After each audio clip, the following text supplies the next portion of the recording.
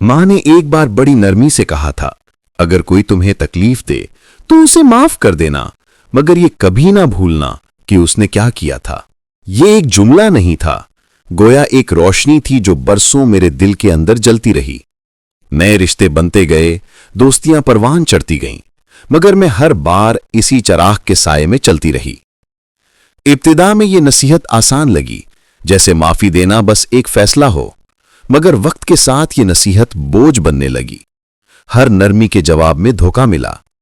किसी को चाहने के बाद ये जानना कि वही मेरे पीछे मेरा जिक्र अच्छा नहीं करता, ये दिल को काट कर रख देता। एक दिन थक कर मैंने मां से पूछा, क्या वो लोग वाकई माफी के लायक हैं? मां मुस्कुराईं। हाथ कपड़ों में मसरूफ थे, मगर दिल कहीं और था।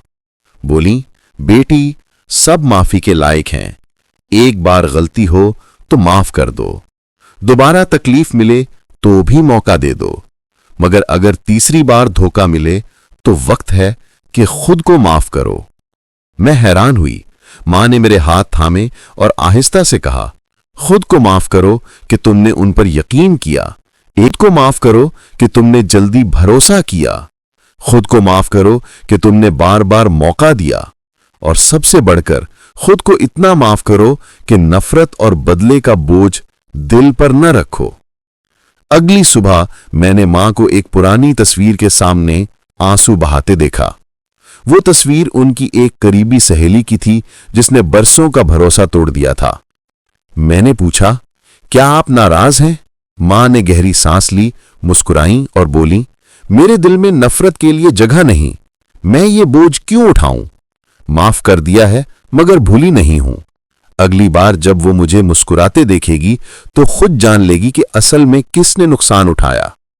फिर रुमाल से आंसू पोंछते हुए कहा, सबसे बड़ा तोहफा यह है कि तुम उन्हें दिखा दो कि तुम आगे बढ़ गई हो। उन्हें वो जिंदगी देखने दो जिसे वो कभी तोड़ न सके।